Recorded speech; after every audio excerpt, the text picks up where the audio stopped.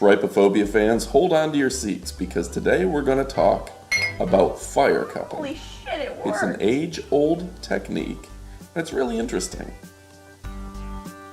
Recently, you've seen it in the Olympics because Michael Phelps and other Olympians had been using it. A few years ago, stars like Jennifer Aniston and others have been doing it as well.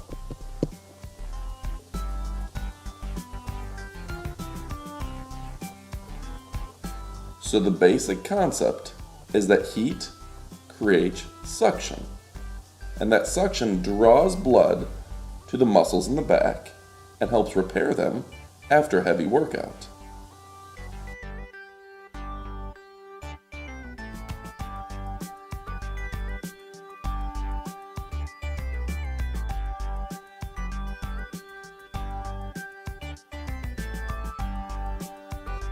So the real question is, do you think there's any merit to this technique?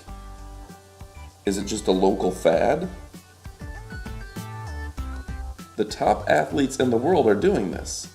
So do you think it really makes a difference? So go ahead and leave your comments below.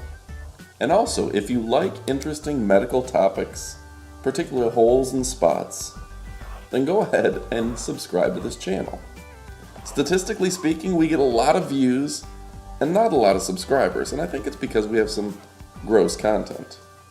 So go ahead and subscribe if you think our channel is right for you.